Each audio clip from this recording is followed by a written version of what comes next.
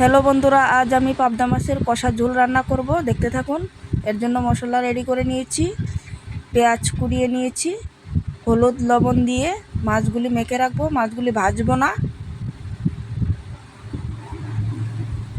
কিছুক্ষণের জন্য রেখে দেব মাছগুলি। এই রেখে দিলাম।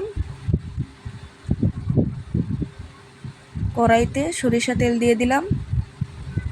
তেল গরম হলে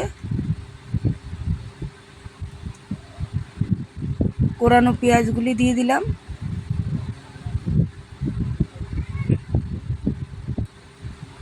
পেঁয়াজটি ভালো করে কষিয়ে নেব।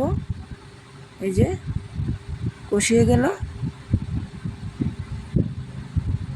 এখন মশলাগুলি দিয়ে দেব। মশলাগুলিও ভালো করে কষিয়ে নেব।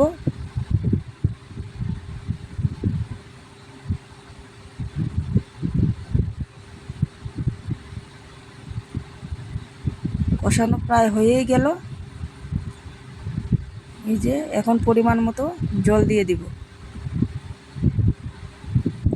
একটু নাড়াচাড়া করব।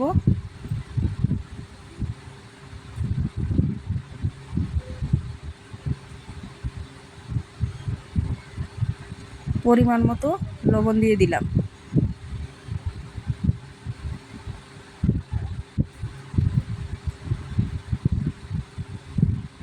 এখন মাছগুলি দিয়ে দেব।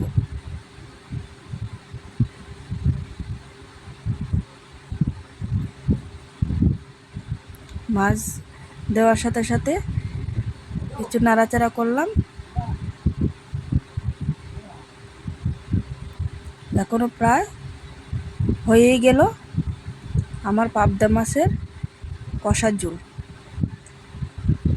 আমার ভিডিও ভালো লাগলে আপনারা সাপোর্ট করবেন বেশি বেশি করে, আর আমার চ্যানেলটাকে সাবস্ক্রাইব করে দিবেন, লাইকও করবেন।